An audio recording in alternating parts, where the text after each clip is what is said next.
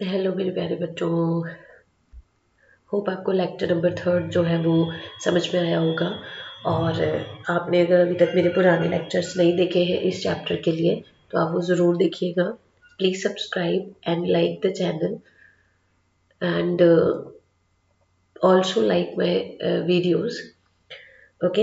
And आपको पसंद आ रहे हैं तो आप प्लीज़ लाइक कीजिएगा। और प्लीज़ शेयर जो हिंदी मीडियम के स्टूडेंट्स हैं और जो ग्रेजुएशन में पढ़ते हैं आपके फ्रेंड्स वगैरह हैं, आप उनके साथ में इसे शेयर कीजिए। ठीक है, ताकि उन्हें भी फ़ायदा हो सके। चलिए लेक्चर नंबर, आज हम लोग बात करेंगे लेक्चर नंबर 4 की। कल लास्ट लेक्चर में हमने पढ़ा था कि जितने भी हमारे पास में वास्तविक गैसेस होती हैं, जो रियल गैसेस होती हैं, वो किस तरीके से जो आइडियल गैस होती है या आदर्श गैस होती है उससे बिहेवियर डेविएशन शो करती है, विचलन प्रदर्शित करती है। ओके। हमेशा याद रखिएगा, मैं आपको पहले भी समझाती हूँ और आज भी समझा रही हूँ कि हम हमेशा, हमारे पास में आदर्श नाम की कोई चीज़ नहीं होती है ना। आदर्श कोई चीज़ नहीं होती, मतलब कोई भी ऐसी चीज़ नहीं है जो आदर्श हो, है ना। मतलब एग्जैक्ट हो, उसमें कुछ ना कुछ कमियां हमें ज़रूर देखने को मिलती हैं, है ना। उसी प्रकार से जो गैसें होती हैं वो भी हम आदर्श नहीं होती हैं, वो होती वास्तविक ही है। हमारे पास में आसपास में जितनी भी गैसें हम पढ़ते हैं, समझते हैं, फील करते हैं, वो सारी गैसेस हमारे पास में क्या होती हैं, अनादर्श गैसेस होती हैं, या मैं बोल दूँ वास्तविक गैसें होती हैं। ठीक है। पर किसी भी वास्तविक चीज़ को हमें अगर पहचानना है या समझना है, उसके अंदर क्या बदलाव आ रहे हैं वो समझना है, उसके लिए हमें आदर्श व्यवहार की आवश्यकता होती है। कि अगर मैं पूरा आइडियल व्यवहार समझूंगी तब जाके मैं उसके वास्तविक व्यवहार में क्या परिवर्तन हो रहा है उसे समझ पाऊंगी, है ना बेटा। तो हमेशा हमें आदर्श नाम की कोई ऐसी चीज़ नहीं होती है, बट हमें उसको समझने के लिए, हमें वास्तविक गैसों को समझने के लिए हमें आदर्श की ज़रूरत पड़ती है। तो पहले हमने आदर्श गैस समीकरण बनाया, उसके बाद में हमने देखा कि क्या ये वास्तविक गैसों पर एप्लीकेबल है या नहीं है। तो जब हमने उसको एप्लीकेबल करके देखा तो उसमें बहुत क्या आ रहा था, चेंजेस आ रहे थे, उसमें कोई विचलन देखने को मिल रहा था। तो हमने उस विचलन को बोला था, किससे निकाला था, कंप्रेसिबिलिटी फैक्टर से निकाला। और एक हमने वक्र पढ़ा था, अमिगेट वक्र, उससे हमने उसे निकाला था। आज हम लोग उसके आगे स्टार्ट करते हैं कि अगर वास्तविक गैसें आदर्श गैस समीकरण को फॉलो नहीं करती हैं तो फिर वो किसे फॉलो करती है। तो हम अगर वास्तविक जो हमारे पास में आसपास कैसे हैं उनके लिए अगर मुझे कुछ कैलकुलेशन वाला पार्ट निकालना होगा तो मैं कैसे निकालूंगी, मैं कैसे पता चलेगा कि दाब परिवर्तन करने पर उनके आयतन पे क्या फर्क पड़ता है, उनके तापमान पे क्या फर्क पड़ता है। अगर मैं तापमान परिवर्तित करूं तो उनके आयतन और दाब पर क्या फर्क पड़ता है। तो इन पूरे कोल रिलेशन को समझने के लिए या इन सबको समझने के लिए हमें क्या करना पड़ेगा, एक नया इक्वेशन पढ़ना पड़ेगा, एक नया समीकरण पढ़ना पड़ेगा, जिसे हम बोलेंगे वास्तविक गैसों के लिए जो समीकरण होता है। ठीक है। दिया किसने था उसकी बात करते हैं, क्या नाम होता है उसकी बात करते हैं। तो चलिए हम स्टार्ट करते हैं। उसको हम बोलते हैं वंडर वॉल इक्वेशन। क्या बोलते हैं, वंडर वॉल इक्वेशन। आप समीकरण भी लिख सकते हैं, आप इसे हिंदी में भी लिख सकते हैं, मैं यहाँ पर लिख रही हूँ वंडर वाल समीकरण। ओके। तो अब आज हम लोग ये वाले वंडरवॉल समीकरण को पढ़ते हैं कि वंडरवॉल समीकरण है क्या और इसने किया क्या, है ना। तो देखो वंडरवॉल ने क्या किया, सबसे पहले पॉइंट्स लिखते हैं हम लोग। पॉइंट में हम लिखते हैं, पहला है कि देखो जेडी, जेडी, है ना। वंडरवॉल थे हमारे पास में, JD wonder wall. JD van der Waals ने आदर्श गैस समीकरण को वास्तविक गैसों के लिए संशोधित किया, संशोधित किया। संशोधित किया का मतलब क्या, वो करेक्शन किया उसके अंदर। उन्होंने क्या किया, इसके अंदर करेक्शन किया, कि उन्होंने जो आदर्श गैस समीकरण थी उसके अंदर थोड़ा सा उन्होंने कुछ मॉडिफिकेशन किया, करेक्शन किया, और उन्होंने उसको किसके लिए बना दिया, वास्तविक गैसों के लिए बना दिया। ठीक है। तो उन्होंने किस किस में करेक्शन किया, उन्होंने उन्होंने गैस के, गैस अणुओं के,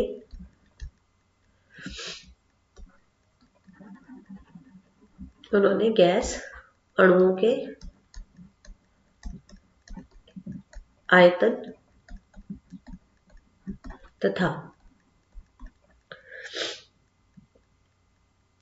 दाब तथा दाब में संशोधन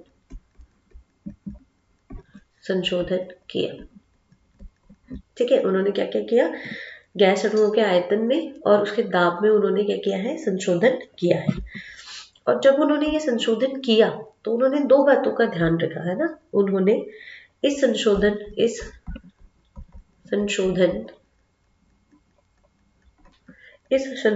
के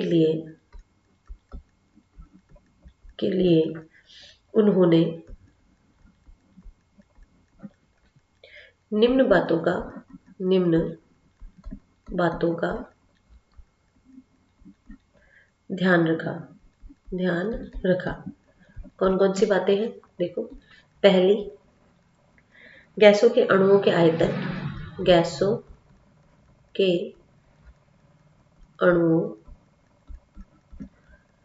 आयतन और दूसरा उन्होंने रखा और गैस के अणुओं के मध्य उपस्थित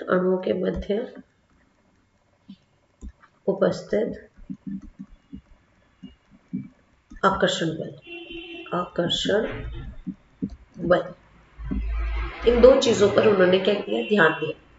तो लेक्चर 4 में हम पढ़ रहे हैं कि जो वास्तविक गैसें हैं वो आदर्श गैस व्यवहार से विचलन प्रदर्शित करती हैं।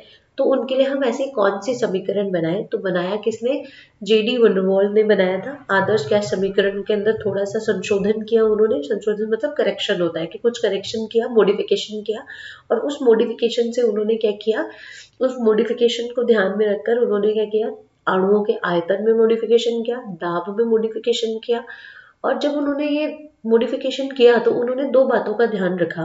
पहला, गैस के अणुओं का आयतन क्या होगा। दूसरा, उन्होंने ध्यान में रखा कि गैस के अणुओं के मध्य में जो आकर्षण बल होता है उसका ध्यान रखा। ठीक है, वास्तविक गैस के अनुसार हम ये मानते हैं कि गैसों के मध्य में कोई आकर्षण बल नहीं उपस्थित होता है। और इन दोनों का ध्यान रखकर उन्होंने एक हमें समीकरण दी, जिस समीकरण को हम बोलते हैं, देखो, एक मोल गैस के लिए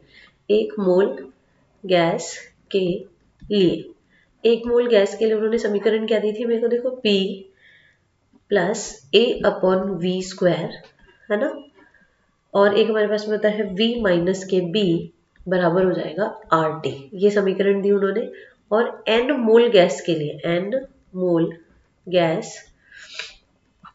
लिए, ठीक है, N मोल गैस के लिए हमारे पास में क्या हो जाएगा, देखो, P प्लस AN²/V², ये हो जाएगा V माइनस के NB is equals to NRT। ये समीकरण हो जाएगा। ठीक है,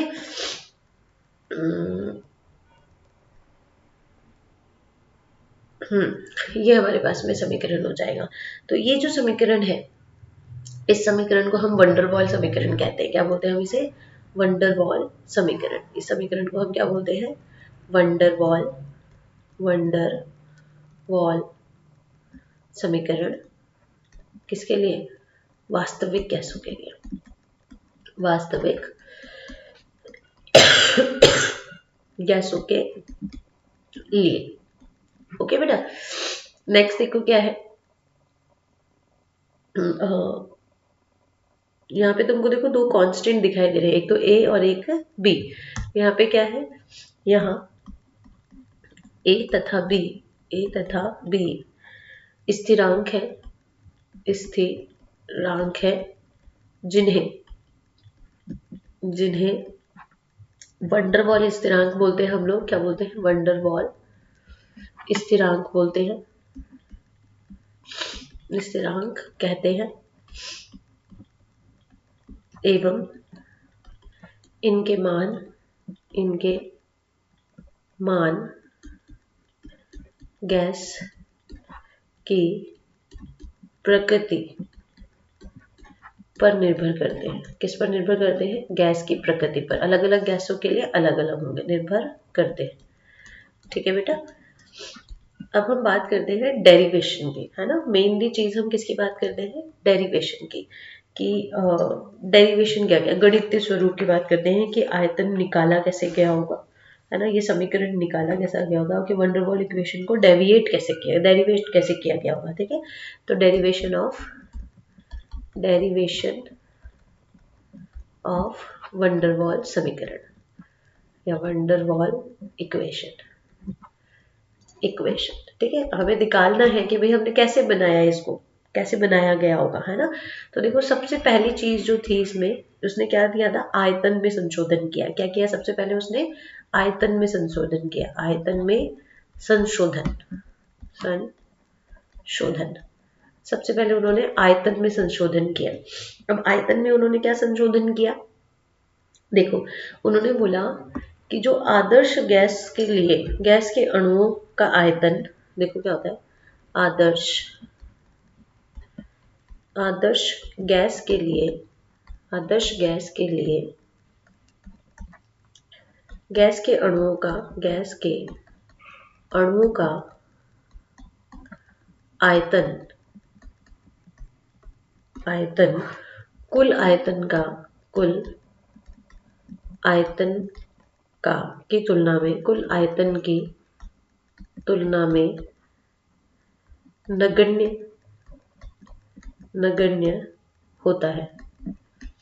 क्या बोला उसने, कि जो आदर्श गैस के लिए गैस के अणुओं का आयतन होता है, आदर्श गैस के लिए गैस के अणुओं का आयतन, इस पर ध्यान देना, गैस के अणुओं का आयतन कुल आयतन का, टोटल जो वॉल्यूम होगा उसकी तुलना में नगण्य माना जाता है। मतलब गैस के अणुओं का आयतन नगण्य माना जाएगा, है ना। तो हमने क्या बोला, यहाँ पर हमने लिख दिया कि PV इज इक्वल्स टू क्या है, nRT। ये उसने हमारे को समीकरण दी थी। नेक्स्ट देखो क्या बोलता है वो, नेक्स्ट पॉइंट क्या बोलता है, नेक्स्ट बोलता है कि वास्तविक गैसों के लिए, वास्तविक गैसों के लिए गैस के अणुओं का आयतन, गैस के अणुओं का आयतन नगण्य नहीं होता है, नगण्य नहीं होता है, ठीक है। जबकि वास्तविक गैस के लिए नहीं होता। तो हम इसको ऐसे समझेंगे, इसको तो क्या करेंगे, माना कि, इसको समझते हैं कि माना कि एक मोल गैस में उपस्थित अणुओं का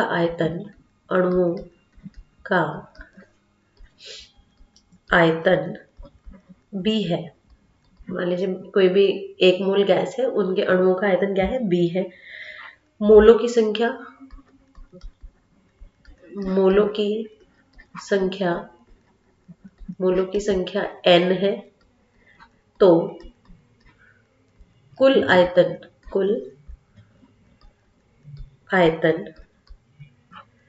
V, है ना, में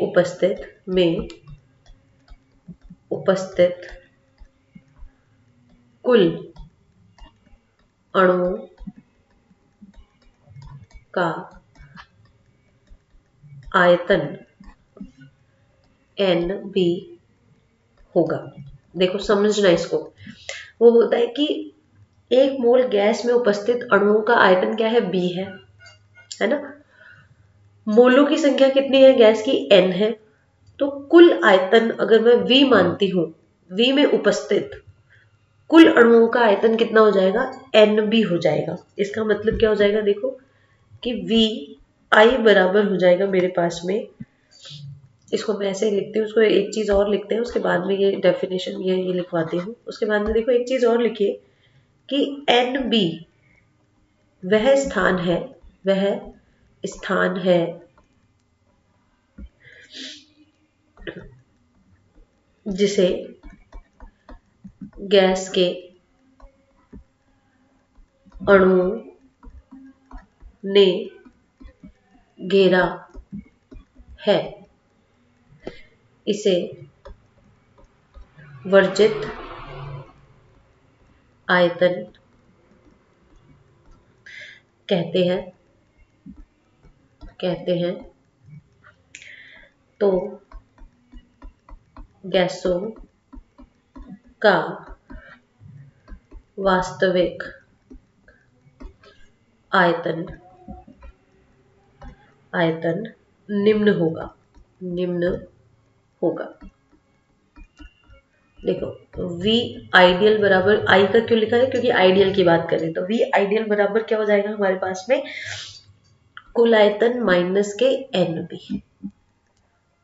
कुल आयतन कितना था, V था, उसमें से माइनस कर देंगे कितना, NB आयतन, क्योंकि ये तो वर्जित आयतन है, तो हमारे पास में V आइडियल आयतन आ जाएगा। समझ में आएगी बात, कोई दिक्कत तो नहीं, कोई दिक्कत है यहाँ पे। इस समीकरण को हम इसको समझिएगा, बाद में अपन इसको मैं वापस से आपको समझाऊंगी, क्योंकि इसमें थोड़ी सी थ्योरी भी है, थ्योरी भी साथ में चल रही है, तो हम इसको साथ में लेके चलेंगे। उसके बाद में यहाँ पे देखो B क्या है, B यहाँ पर क्या है, एक कैरेक्टरिस्टिक कांस्टेंट है ना, आप इसको बोल सकते हैं अभिलाक्षणिक स्थिरांक है। क्या है, अभिलाक्षणिक स्थिरांक है जो अणुओं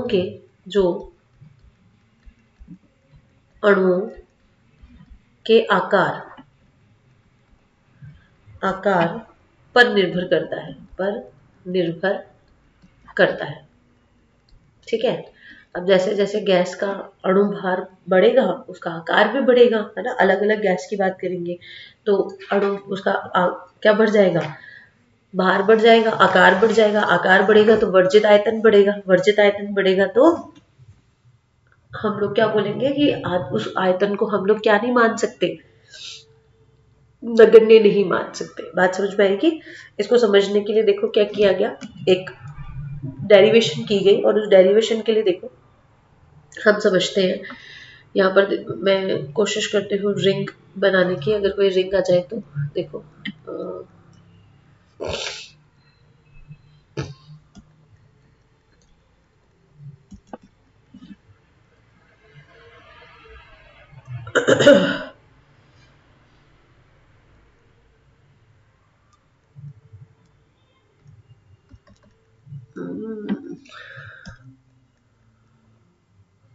चलो कोई नहीं, ये नहीं आएगा तो मैं उसको हाथों से बनाती हूँ, आप देखिएगा।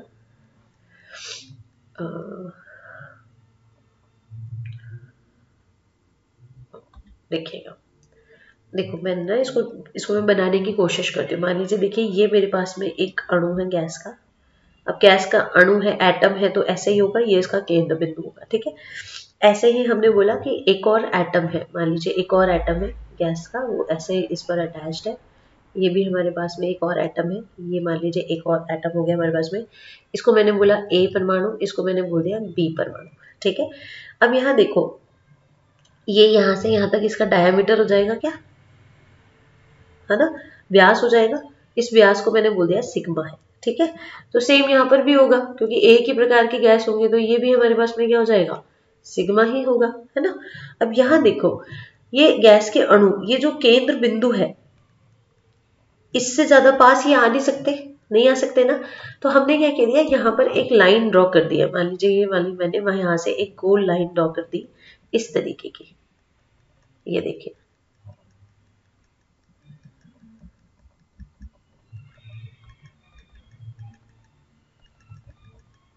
ठीक है, यहाँ देखो क्या है, ये यहाँ से यहाँ तक अगर मैं बात करती हूँ तो ये मेरे पास में क्या है, सिग्मा है, ये क्या है मेरे पास में, ये दूरी क्या है, सिग्मा है, इसे हम बोलते हैं आयतन। ठीक है, और यहाँ से यहाँ तक देखो, ये मैंने बोला ये वाला, या मैं इसको ऐसे बोल दूं कि इसको हटाते हैं अपन, ये नहीं रहने देते।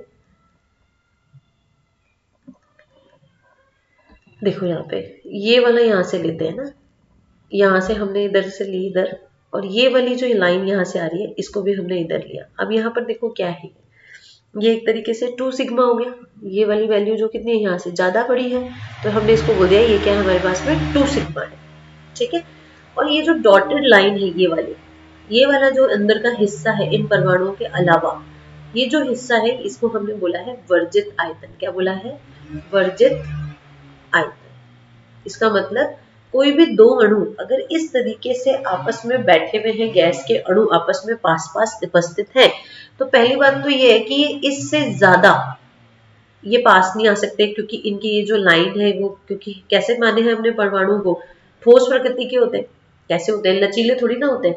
परमाणु कैसे होते हैं? ठोस होते हैं। उनकी जो परिधि होती है वो क्या होती है? ठोस होती है, ठोस गोलाकार होते हैं। तो जब ठोस गोलाकार होंगे और दो गोल वस्तुओं को मैं आसपास रखूंगी, तो आप देखेंगे कि वो एक मिनिमम दूरी तक ही आपस में पास में टच हो पाएंगे। उसके अलावा तो वो खाली रहेगी जगह, है ना। तो ये मिनिमम मैक्सिमम दूरी तक तो इन्होंने अपने आप को टच कर ही लिया है। उसके अलावा का जो हिस्सा है वो क्या है? इनका खाली रहेगा। अब यहाँ पर देखो क्या है कि ये जो बाहर मैंने बताया, इतना आयतन इसका क्या है? वर्जित है। मतलब इतना आयतन के अलावा कोई आयतन यहाँ पर आ नहीं सकता, कोई अणु यहाँ पर और आ नहीं सकता। इतना आयतन तो इसका वर्जित ही हो गया है ना, ले ही नहीं सकते। तो अब यहाँ पर देखो ये जो ये हमने डायग्राम बनाया है, इसको देखो, हम इसको सॉल्व करते हैं कैसे। देखो क्या बोलता है, ए तथा बी अणुओं के लिए, अणुओं के लिए के लिए वर्जित आयतन, ए तथा बी के लिए वर्जित आयतन कितना होगा? आयतन निकालना आता है आपको? गोले का आयतन क्या होता है मेरे पास में? गोले का आयतन क्या होता है? 4/3 पाई सिग्मा, पाई सिग्मा का क्यूब। ठीक है, तो ये मान लीजिए मेरे पास में समीकरण 1 हो गया। उसके बाद में हमने बोला सिग्मा का क्यूब क्यों किया? क्योंकि 2 सिग्मा वैल्यू है ना। तो वो तो व्यास है ना, अगर मैं आधा निकालूंगी तो क्या हो जाएगा? सिग्मा, है ना। उसके बाद में देखो क्या है, केवल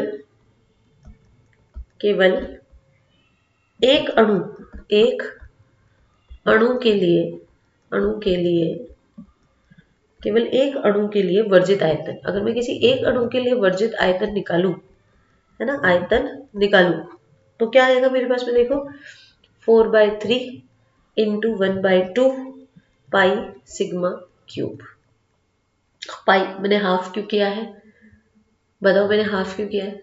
क्योंकि ए और बी दोनों अणुओं के लिए तो ये था, तो एक अणु के लिए वर्जित आयतन क्या हो जाएगा? आधा हो जाएगा। तो हमने इसको हाफ कर दिया, इसको टोटल करेंगे तो ये क्या हो जाएगा? 4/6 पाई सिग्मा क्यूब, है ना।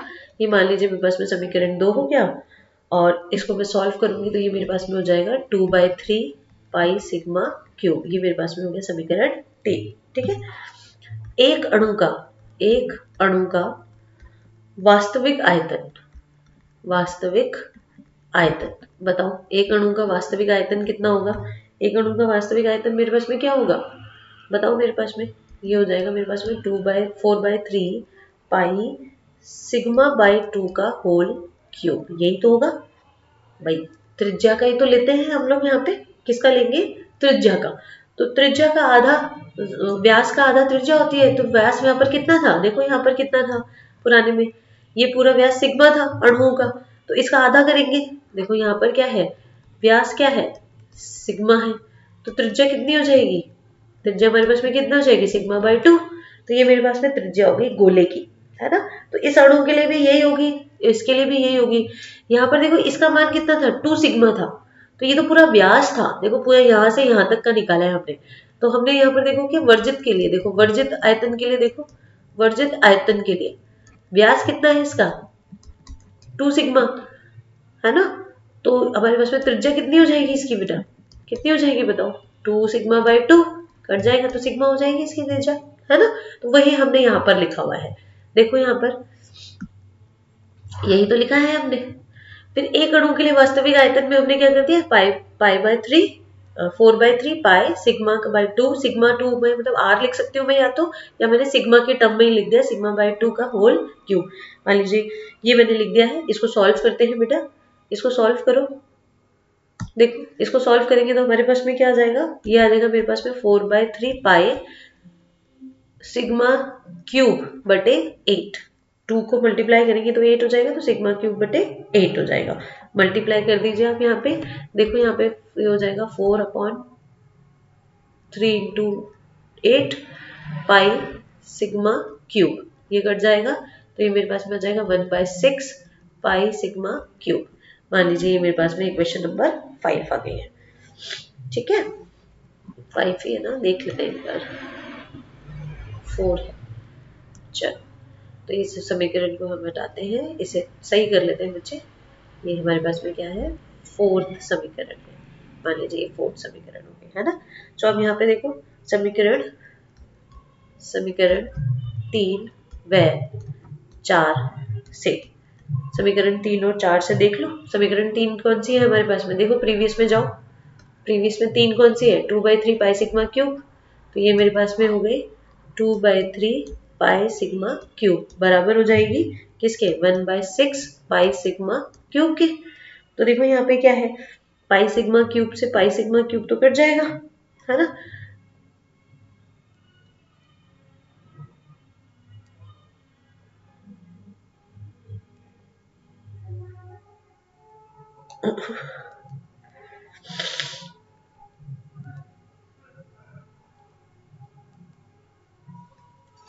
एक मिनट बेटा,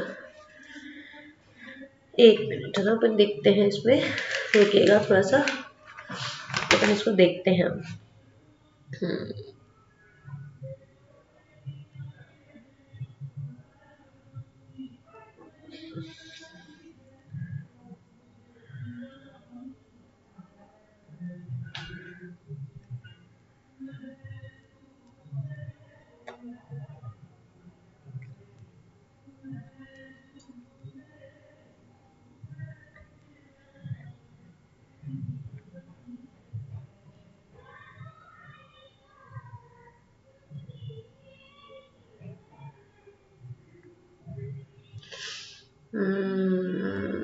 अब देखो इसको एक काम करो, ये जो पाई से पाई कट गया, उसमें अपन एक काम कर सकते हैं, यहाँ पर हम उस संख्या से मल्टीप्लाई कर दें कि ये बराबर हो जाए, ये दोनों बराबर होने चाहिए।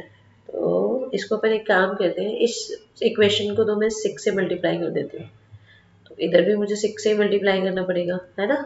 तो यहाँ से हो जाएगा क्या, हो जाएगा 3 1 जा 3 2 जा, है ना। और ये 6 से 6 कट गया, तो मेरे पास में बच गया 4 इज इक्वल्स टू 1, है ना। ये मेरे पास में आ गया 4 is equals to 1।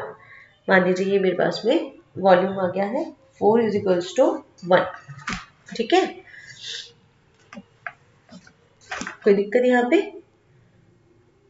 4 is equals to 1 आ गया है। अब यहाँ पे देखो इस समीकरण को जैसे मैंने किया है, आप इसको ऐसे बोल सकते हैं, हमने क्या किया है समीकरण, वापस से पीछे चलते हैं बेटा।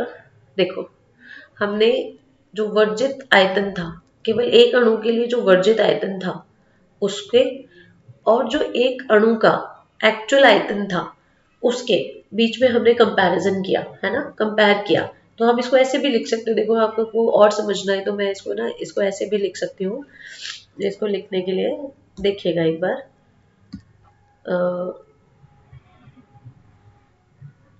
देखो इसको हम ऐसे लिख सकते हैं, संशोधित आयतन, है ना, संशोधित आयतन,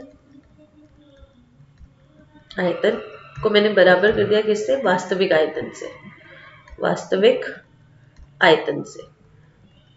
तो संशोधित आयतन मेरे पास में क्या था, 2/3 पाई सिग्मा क्यूब था, और जो वास्तविक आयतन है वो मेरे पास में 1/6 पाई सिग्मा क्यूब है। यहाँ पे पाई सिग्मा क्यूब बराबर है। अब मुझे इन दोनों को बराबर करना है, तो मैंने क्या किया, किसी एक डिजिट से मैंने इसको मल्टीप्लाई कर दिया। तो ऐसे डिजिट से कर दो जिससे इस ये दोनों कट जाए, तो ये फ्रैक्शन किस में बदल जाए, होल नंबर में बदल जाए। तो मैंने इसको तो मल्टीप्लाई कर दिया 6 से, तो इसको भी मैंने किससे मल्टीप्लाई कर दिया, 6 से। यहाँ से काटा तो ये 6 1 6 से 1 बच गया, यहाँ से काटा तो ये कितनी बार चला गया, 2 बार, तो ये हो गया 4 इक्वल टू 1। ये मेरे पास में सिस्टम आ गया एक, ठीक है। अब यहाँ पर देखो क्या है, इसमें हमें एक चीज लिखनी है, क्या लिखते हैं, एक अणु के लिए, इसको देखना अपन को कैसे लिखना पड़ेगा, एक अणु के लिए, एक अणु के लिए, अणु के लिए वर्जित आयतन, वर्जित आयतन, एक अणु के लिए वर्जित आयतन जो होता है वो क्या होता है, उसके वास्तविक आयतन का, वास्तविक आयतन का, आयतन का 4 गुना होता है, होता है। कितने गुना होता है? 4 गुना। अभी देखो पीछे वाले से पता चल जाएगा। वास्तविक आयतन कितना है? 1। संशोधित आयतन कितना है? 1। 4 है। इसका मतलब क्या हुआ कि किसी भी एक अणु के लिए उसका जो वास्तविक जो उसका वर्जित आयतन होता है ना, वो उसके वास्तविक आयतन का कितना गुना होता है? 4 गुना होता है। ठीक है, तो पर मोल अगर मैं निकालूंगी, कितना निकालूंगी? पर मोल अगर मैं निकालूंगी तो मैं निकालूंगी, मान लीजिए यदि प्रति मोल, प्रति मोल वर्जित आयतन, प्रति मोल वर्जित आयतन निकाला गया, प्रति मोल वर्जित आयतन निकाला गया, जैसे मैं किससे प्रदर्शित कर रही हूँ? बी से, तो वो मेरे पास में कितना हो जाएगा? 4n, है ना, 4/3 पाई σ/2 का होल क्यूब, यही तो होगा, है ना। ये तो हमारे पास में एक अणु का आयतन है, उसको मैंने किससे? 4n से क्या कर दिया? मल्टीप्लाई कर दिया। ये मेरे पास में वास्तविक आयतन है ना, और इसको मैंने किससे मल्टीप्लाई कर दिया? 4n से मल्टीप्लाई कर दिया, क्योंकि मैंने प्रति मोल बोला है और n यहाँ पर क्या है? एवोगाद्रो नंबर है। तो यहाँ पे मैं लिखती हूँ, देखो यहाँ पर क्या है? n क्या है? एवोगाद्रो नंबर है, एवोगाद्रो नंबर है। ये मैंने आपको पहले अभी जो लास्ट लेक्चर हुआ था उसमें बता दिया था कि एवोगाद्रो नंबर को Na से भी डिनोट करते हैं और n से भी डिनोट करते हैं, और एक मोल के अंदर एवोगाद्रो नंबर संख्या के क्या होते हैं? अणु होते हैं। ठीक है, इसलिए 4 तो हमारे पास में था ही, उसको हमने n और लगा दिया। फिर उसके बाद में ये जो वाला भाग है ना, ये हमारे पास में क्या है? वास्तविक आयतन है। ये मेरे पास में क्या है? वास्तविक आयतन है, आयतन। ठीक है, वास्तविक आयतन, अणु का वास्तविक आयतन है।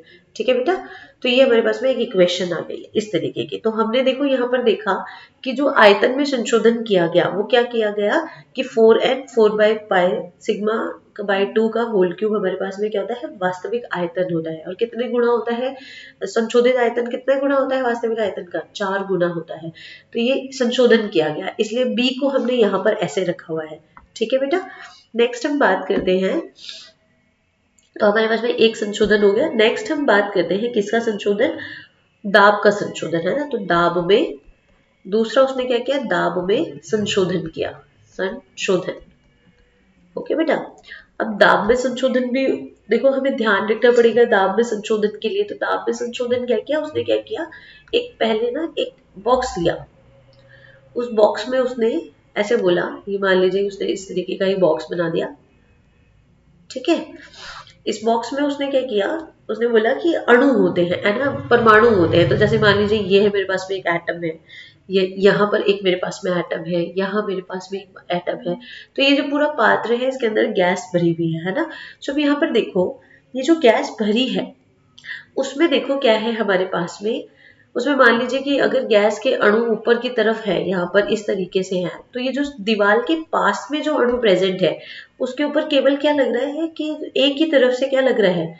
प्रेशर लग रहा है। देखो ये अणु इसको अपनी तरफ खींच रहे हैं या फिर इससे टकरा रहे हैं। ठीक है, दूसरा ये देखो ये जो बीच में प्रेजेंट है ये हर प्रकार के अणुओं से अपने आप को क्या करता है?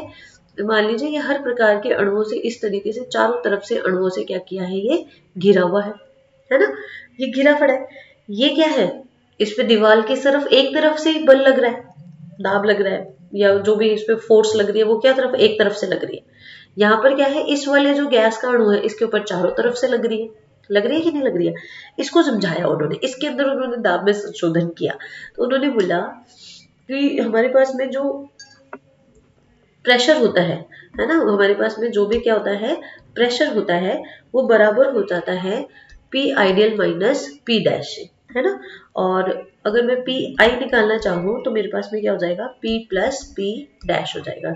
ये मेरे पास में 5th नंबर की जो थी समीकरण आ गई है। ठीक है, तो हमने आयतन में भी क्या कर दिया है? परिवर्तन कर दिया। तो पी डैश यहाँ पर किसको बता रहा है? अणुओं के पारस्परिक आकर्षण बल पर निर्भर करता है। तो पी डैश हमारे पास में क्या है? पारस्परिक पारस्परिक आकर्षण बल, आकर्षण बल द्वारा, आकर्षण बल,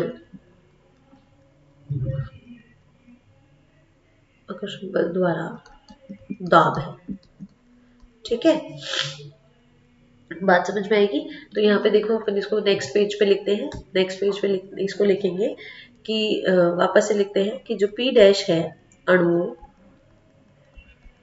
अणुओं के पारस्परिक आकर्षण बल पर निर्भर करता है, पर निर्भर करता है। एक अणु एक अणु जितने अधिक अणुओं द्वारा घिरा रहेगा, वह उतना अधिक आकर्षण बल अनुभव करता है। ठीक है ना। तो यहाँ पे लिखेंगे अर्थात पी डैश क्या है, गैस की डेंसिटी या घनत्व पर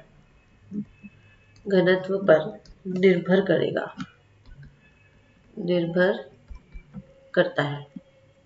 ठीक है, किस पे निर्भर करेगा, घनत्व पर निर्भर करता है। और डेंसिटी बराबर क्या होता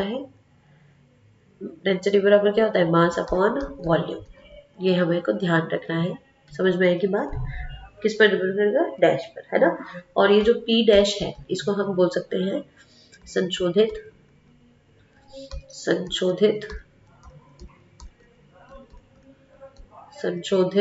दाब।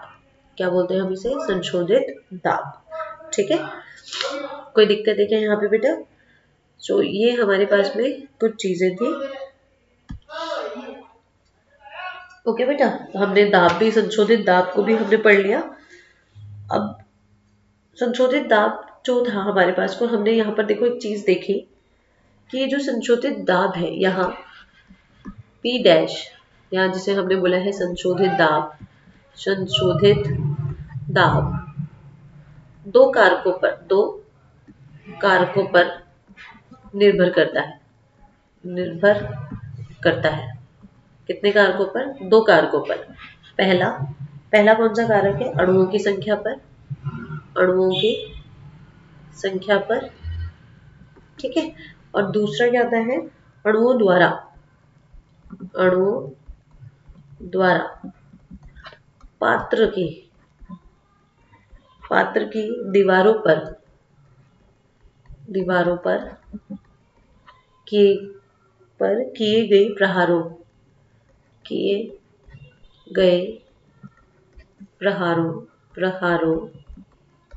की संख्या पर। ठीक है, इन दोनों पर निर्भर करता है। समझ में आ जाएगी बात, कोई दिक्कत है यहाँ पे। यहाँ पर आपको ये वाली बात समझ में आएगी क्या। और गैस पर भी, किस पे, घनत्व पर भी निर्भर करता है ना। तो आप इसे डी भी लिख सकते हैं, रो भी लिख सकते हैं। मैंने आपको अभी लिखवाया था, यहाँ पर देखो मैंने पुराने पेज पे आपको लिखवाया है, डी बराबर होता है एम वी, है ना। आप इसे रो भी लिख सकते हैं, घनत्व को हम रो भी लिख सकते हैं। तो या तो डी से डिनोट कर दीजिए या रो से डिनोट कर दीजिए। इसे हम लोग क्या बोलते हैं, रो। ठीक है, तो हम देखते हैं यहाँ पे, इसको थोड़ा सा समझते हैं। देखो P डैश जो है वो डायरेक्टली प्रोपोर्शनल है रो स्क्वायर के। ठीक है, रो का मान मेरे पास में क्या होता है, N/M/V। तो यहाँ पर मैं क्या करती हूँ, मास अगर m जो है, देखो यहाँ पे m जो है वो गैस का अणुभार है, और वो अणुभार क्या होगा, समान होगा। v यहाँ पर क्या है, आयतन है। ठीक है, यहाँ पर क्या है, आयतन है। तो जो गैस का अणुभार है, देखो मैंने अगर बोला है मैंने H2 गैस ली है, तो H2 गैस के लिए गैस का जो अणुभार है वो तो 2 ही रहेगा, वो तो कांस्टेंट है। कितने भी अणु डाल लो आप इसके अंदर, उसका जो अणुभार है वो तो क्या है, 2 ही तो रहेगा। क्योंकि H2 का एक परमाणु का अणुभार 1 है, दूसरे परमाणु का अणुभार 1 है, तो दोनों को मिलाएंगे तो कितना हो जाएगा, 2। तो m का मान जो है वो स्थिर है। समझ में आती है बात। तो हमने यहाँ पे क्या कर दिया, इसको मैं ऐसे लिख सकती हूँ दैट पी डैश बराबर इनवर्स प्रोपोर्शनल हो जाएगा किसके, एन अपॉन वी के स्क्वायर के। बात समझ में आ जाएगी। और अगर मैं इसको ऐसे लिखूं कि जो पी डैश है वो प्रोपोर्शनल हो जाएगा किसके, 1 अपॉन वी स्क्वायर के। होगा कि नहीं, क्योंकि एन यहाँ पर क्या है, मोलों की संख्या है, मोलों की संख्या वो भी तो बराबर होगी, वो भी तो सेम ही रहेगी। अगर मैंने बोला 1 मोल गैस है तो वो 1 मोल ही रहेगी, तो पूरा कांस्टेंट ही रहेगा। 2 मोल बोला तो 2 मोल रहेगी, तो ये भी हमारे पास में क्या है, कांस्टेंट है, क्या है, स्थिर है। तो हम इसको ऐसे लिख सकते हैं। चलो अगर मैं इसको ऐसे लिख सकती हूँ और पी डैश को मैं कोई प्रोपोर्शनैलिटी साइन हटाऊंगी तो कोई ना कोई तो एक कांस्टेंट आएगा मेरे पास, उसको मैंने लिख दिया ए अपॉन वी स्क्वायर। क्या आपको ये वाली बात समझ में आती है क्या। और ये हमारे पास में आ गया है, यहाँ पर ए क्या है, यहाँ ए क्या है, एक समानुपातिक स्थिरांक है, समानुपातिक स्थिरांक है, स्थिरांक जिसे क्या बोलते हैं, जिसे हम लोग क्या बोलेंगे, जिसे हम क्या बोलेंगे, इसको मैं सही कर देती हूँ, रुकिएगा एक बार। ए जिसे मैं क्या बोलूंगी, वंडरवॉल स्थिरांक बोलूंगी। क्या बोलूंगी, वंडरवॉल स्थिरांक। ओके, तो हमने यहाँ पर क्या कर दिया है, गैस में भी आयतन में भी संशोधन किया, दाब में भी संशोधन किया। जब हमने गैस और ना उसके आयतन में और उसके दाब में संशोधन कर दिया तो हम उसका मान भी लिख लेते हैं, है ना। तो हम क्या करते हैं, इसका मान लिखते हैं। तो इसका मतलब पी आई, देखो यहाँ पर क्या हो जाएगा, सॉरी इसको देखना, इसका मतलब क्या हो जाएगा हमारे पास में, देखो पी आई बराबर क्या हो जाएगा, p plus A upon we का स्क्वायर। ये हमारे पास में एक समीकरण आ गई है ना। ये हमारे पास में क्या हो गया है, एक समीकरण आ गई है, जिसे हमने बोल दिया है 6th समीकरण, आप इसको बोल सकते हो, ठीक है। तो अब मेरे पास में 2 तरीके की समीकरण आ गई।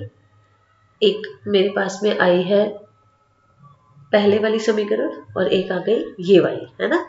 तो यहाँ पर देखो समीकरण में हम लोग लिखते हैं यहाँ पे कि समीकरण, एक मिनट रुकिएगा,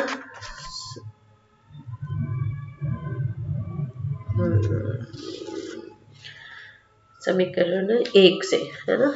आप चलो इसमें लिखिएगा समीकरण 1 तथा 6, समीकरण 1 तथा 6 के मान आदर्श गैस समीकरण में रखने पर, आदर्श गैस समीकरण में रखने पर, देखो समीकरण 1 क्या थी, मैंने अभी निकाली थी। एक क्या थी मेरे पास में, v बराबर v माइनस के एन बी था, यही थी ना समीकरण। और समीकरण 6 मैंने क्या निकाली है कि p, है ना, हमारे पास में पी आई बराबर क्या होता है, p plus A upon we का स्क्वायर, ये होता है ना। यही तो लिखा है हमने। आप इसे n का ना मानो तो आप इसे n हटा दो, यहाँ पे n हटा दीजिए यहाँ पे, तो थोड़ा समझ में आ जाएगा। फिर n बाद में लगा लेंगे हम, यहाँ पर हमने n नहीं लगाया ना इसीलिए, तो हम n बाद में लगा लेंगे। तो ये हो गया v माइनस के b, और ये हो गया ये 6 समीकरण थी, इनको रख दो। हमारे पास में क्या है, p we is equals to n r T, है ना। आप चाहे तो n का मान इधर अभी हटा लें, इधर भी P we is equals to R T है, रखिए मान। p का मान कितना रखना है, ये v का मान क्या रखना है, ये तो देखो p का मान रखना है p plus A upon we का स्क्वायर। v का मान मुझे क्या रखना है, v माइनस के b बराबर क्या होगा, आर टी। ये किसके लिए समीकरण है, ये समीकरण किसके लिए है बेटा, ये समीकरण है हमारे पास में 1 मोल गैस के लिए। 1 मोल गैस है, कौन सी गैस है, वास्तविक गैस है, वास्तविक गैस। हमने यही समीकरण लिखी थी। नेक्स्ट देखो, अगर मैं बोलती हूँ n मोल गैस के लिए, है ना, n मोल गैस के लिए, तो क्या लिखूंगी, p प्लस ए एन का स्क्वायर अपॉन वी का स्क्वायर। ये हो जाएगा v माइनस के एन बी बराबर एन आर टी। ये ध्यान रखिएगा, ये हमारे पास में समीकरण हो जाएगी किसके लिए, एनुअल गैस के लिए वास्तविक गैस समीकरण। ओके बेटा, मैं फिर से आपको समझाती हूँ, आप इसको ध्यान से पढ़िएगा, थोड़ा सा कॉम्प्लिकेटेड है तो आपको समझ में आना चाहिए। मैं आपको एक बार फिर से जल्दी जल्दी समझा देती हूँ। देखिएगा कि हमारे पास में वंडरवॉल इक्वेशन पढ़ी, क्यों पढ़ी हमें इसकी ज़रूरत, क्योंकि हमें यहाँ पर ये पता करना था कि हमारे पास में जो आदर्श गैस वास्तविक गैसें आदर्श गैस समीकरण से हमारा बिहेवियर चेंज कर रही है या विचलन प्रदर्शित कर रही है, उसे मैं कैसे समझा सकती हूँ। उसके लिए वंडरवॉल ने इक्वेशन दी, इन्होंने आदर्श गैस समीकरण को वास्तविक गैसों के लिए संशोधित किया, करेक्ट किया, उन्होंने उसके अंदर करेक्शन की। समझ में आती है बात। उन्होंने गैस के अणुओं के आयतन और दाब में संशोधन किया, दो चीज़ों में उन्होंने संशोधन किया, आयतन में और दाब में। इस संशोधन को उन्होंने क्या बताया, बहुत दो बातों का ध्यान रखा, एक तो गैस के अणुओं के आयतन का ध्यान रखा और उनके गैस के अणुओं के आयतन अणुओं के मध्य में कितना आकर्षण बल उपस्थित होता है उसका ध्यान रखा। नेक्स्ट उन्होंने क्या किया, उन्होंने बोला कि उन्होंने गैस समीकरण दी, तो पहले हम डायरेक्ट समीकरण करते हैं। डायरेक्ट समीकरण क्या है, एक मोल गैस के लिए हमने बोला P = A/V², V - V RT होता है। n मोल गैस के लिए हम सबके आगे n लगा देंगे, तो n A n का स्क्वायर V² और V - NV/nRT, ये हमने समीकरण बोला, इसे हम वंडरवॉल समीकरण कहते हैं वास्तविक गैसों के लिए। इस समीकरण को हमको डेराइव करना है, तो डेरिवेशन हमने किया। हमने यहाँ पर देखा कि ए और बी एक दो नए स्थिरांक यहाँ पर ऐड हुए हैं जिन्हें हम वंडरवॉल स्थिरांक कहते हैं, और इनका मान क्या करता है, गैस की प्रकृति पर निर्भर करता है। अगर अलग अलग गैस होंगे तो उनके जो ए और बी के मान होंगे वो भी हमारे पास में क्या होंगे बेटा, अलग अलग होंगे। डेरिवेशन हमने स्टार्ट किया, हमने बोला आयतन में संशोधन करते हैं। आयतन में उन्होंने बोला कि जो आदर्श गैस के अणु होते हैं उनका जो आयतन होता है वो कुल आयतन की तुलना में नगण्य मानते हैं, कि भाई गैस के जो अणु है वास्तविक गैसेस के, तो अणुओं का जो आयतन है उसको हमने टोटल आयतन के कंपैरिजन में क्या मान लिया, जीरो मान लिया है, ठीक है, नगण्य मान लिया है। उसने बोला फिर वास्तविक गैसों के अणुओं का आयतन नगण्य नहीं होता है ना, तो उसने बोला कि इसको समझाने के लिए उसने हमें क्या बोला कि मान लो कि हमारे पास एक मोल गैस है, उसमें उपस्थित अणुओं का आयतन B है, मोलों की संख्या n है, तो कुल आयतन V में उपस्थित कुल अणुओं का आयतन कितना हो जाएगा, Nb हो जाएगा। Nb वो स्थान है जहां पर अणुओं ने जिसे गैस के अणुओं ने घेरा हुआ है। Nb कौन सा स्थान है जहां गैस के अणुओं ने एक दूसरे को क्या किया है, घेर रखा है। इस आयतन को उन्होंने क्या बोला, वर्जित आयतन बोल दिया। तो गैस का वास्तविक आयतन क्या हो जाएगा, Vi बराबर क्या हो जाएगा, V - के Nb, ये मेरे पास में वास्तविक आयतन हो जाएगा। यही समीकरण हमारे पास में एक था शायद, है ना, इस समीकरण को हमने एक बोला था। फिर हमने बोला कि इसको समझने के लिए तो B यहाँ पर अभिलाक्षणिक स्थिरांक है जो अणुओं के आकार पर निर्भर करता है। तो हमने बोला आकार पर निर्भर करता है, तो कैसे निर्भर करेगा, हमने दो गैस के अणु बना लिए और हमने बोला कि ये दोनों आसपास उपस्थित हैं। अगर ये दोनों आसपास उपस्थित है तो मान लीजिए इससे ज़्यादा नजदीक तो ये नहीं आ सकते। एक गैस का आयतन सिग्मा है, इसका व्यास सिग्मा है, इसका भी व्यास सिग्मा है, तो त्रिज्या क्या हो जाएगी, σ/2 हो जाएगी, है ना। और हमने बोला कि जब ये दोनों पास पास हैं तो ये जो इतना येलो पार्ट मैंने बनाया है, इतना आयतन जो है, इसके अलावा इसके यहाँ पर कोई अणु आ नहीं सकता, ये वर्जित आयतन है। इस आयतन को हम छेड़ नहीं सकते, इस आयतन को खाली नहीं कर सकते हम लोग, है ना, इतना आयतन तो ये घेर के रखेगा ही रखेगा, ठीक है। इसके बाद इस आयतन को हमने बोला, सॉरी बेटा, इस आयतन को हमने बोला वर्जित आयतन है। अब वर्जित आयतन है तो हमने इसको बोला कि इसका व्यास कितना है, 2 सिग्मा है। तो हमने बोला कि अगर एक अणु का मुझे व्यास निकालना है वो तो सिग्मा है, तो इसकी त्रिज्या क्या हो जाएगी अणु की, वो σ/2 हो जाएगी। ऐसे ही मैंने बोला कि ये जो वर्जित आयतन है इसका व्यास कितना है, 2 सिग्मा है, तो इसकी त्रिज्या क्या हो जाएगी, 2 σ/2 हो जाएगी, तो ये हमारे पास में सिग्मा आ गया। फिर हमने इस समीकरण को देखो ऐसे लिखा, ए और बी अणुओं के लिए वर्जित आयतन कितना है, आयतन कितना होता है। देखो अब मैं गोलाकार अणु मान रही हूँ अगर किसी को, तो गोलाकार अणु का आयतन देना पड़ेगा। गोलाकार आयतन अणु का आयतन कितना होता है, 4/3 πσ³। केवल एक अणु के लिए वर्जित आयतन कितना हो जाएगा, तो मैंने बोला भाई π/2, दो अणु थे तो इतना था, तो आधा कर देंगे हम इसको, तो 4/3 1/2 πσ³ काटेंगे तो हमारे पास में 2/3 πσ आ जाएगा। तो एक अणु के लिए मेरे पास में वर्जित आयतन इतना आ गया। एक अणु का वास्तविक आयतन कितना होगा, तो वो तो भाई π/3 πσ/2 का होल क्यूब हो जाएगा, क्योंकि त्रिज्या का निकालेंगे, है ना। तो ये हमने निकाल दिया। उसके बाद में हमने यहाँ पर देखो क्या किया, इनको सॉल्व किया, तो सॉल्व किया तो मेरे पास में इतना आ गया। हमने क्या किया, समीकरण 3 और 4 से हमने दोनों को क्या किया, संशोधित आयतन और वास्तविक आयतन को आमने सामने रख दिया। आमने सामने रखा तो जो कटने वाली चीजें थी वो हमने काट दी, जैसे पाई सिग्मा क्यूब बराबर था, हमने इसको काट दिया। अब मुझे क्या करना है, इनको होल नंबर में बदलना है। ये फ्रैक्शन में है, मुझे इसे होल नंबर में बदलना है। होल नंबर में बदलने के लिए मैंने क्या किया, इनको 6 से गुणा कर दिया। तो इसको भी 6 से गुणा कर दिया, इसको भी 6 से गुणा कर दिया, तो ये तो कितना आ गया, 4 आ गया, ये कितना आ गया, 1 आ गया। इससे मुझे क्या समझ में आया, इससे मुझे ये समझ में आया कि किसी भी एक अणु के लिए उसका जो वर्जित आयतन होता है उसके वास्तविक आयतन का कितना गुणा हो जाता है बेटा, 4 गुना हो जाता है। ठीक है, तो यदि प्रति मोल वर्जित आयतन निकालूं बी, तो कितना निकालूंगी, 4n। प्रति मोल का क्या मतलब होता है, एक मोल में कितना होगा, तो n यहाँ पर एवोगाद्रो संख्या है। मैंने आपको पहले भी बताया था लास्ट लेक्चर में कि एवोगाद्रो नंबर क्या होता है, एक मोल बराबर होता है जिसके अंदर एवोगाद्रो नंबर भी क्या होता है, अणु परमाणु या आयन उपस्थित होते हैं। तो 1 मोल की बात हो रही है तो n जरूर लगेगा, और ये क्या है, उसका वास्तविक आयतन है। ठीक है, तो 4n वास्तविक आयतन हो जाएगा। n यहाँ पर एवोगाद्रो नंबर है, और मैं यहाँ पर एक लिख देती हूँ कि इसकी जो संख्या होती है 6.023 इंटू 10⁻23 होती है, मानते हैं हमें ना। ठीक है,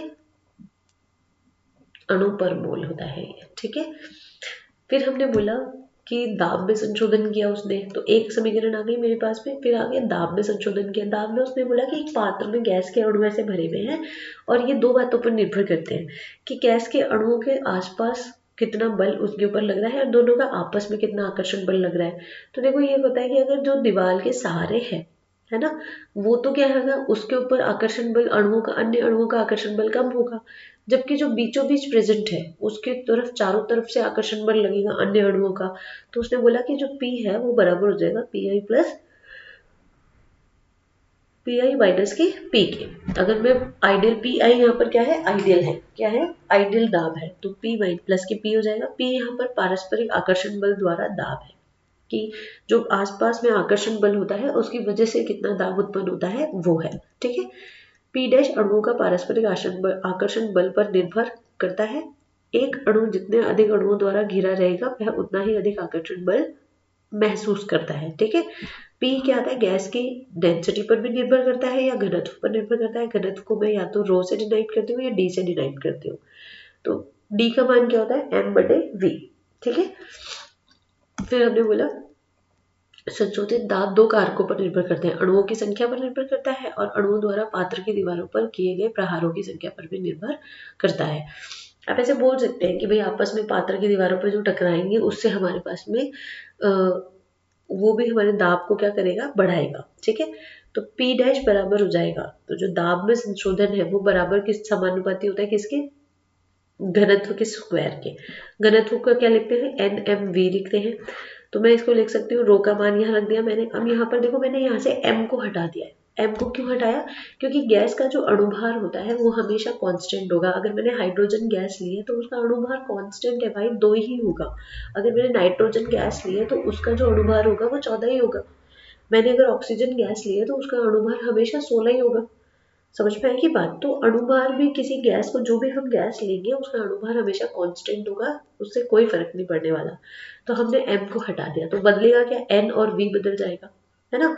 तो हमने बोला n/v का स्क्वायर के बराबर प्रोपोर्शनल होता है। फिर मैंने बोला कि प्रोपोर्शनैलिटी n मोलों की संख्या, मान लीजिए मेरे पास में मोलों की संख्या स्थिर कर दी, मुझे बोला कि 2 मोल H2 गैस है, 3 मोल N2 गैस है, या 5 मोल O2 गैस है, तो N की वैल्यू तो उसने फिक्स कर दी ना, तो उसको मैं हटा दूंगी वहां से। तो मैंने बोला P डैश प्रोपोर्शनल हो जाएगा 1/v स्क्वायर के। जब मैं इस प्रोपोर्शनैलिटी साइन को हटाऊंगी तो मेरे पास में एक कांस्टेंट आएगा जिसे मैंने बोला है A। यहाँ पर एक समानुपातिक स्थिरांक है जिसे मैं वन डर वाल स्थिरांक भी कहती हूँ। और अब अगर मैं P डैश का मान समीकरण में रख दूं तो मेरे पास में PI बराबर क्या हो जाएगा, P प्लस A/v स्क्वायर।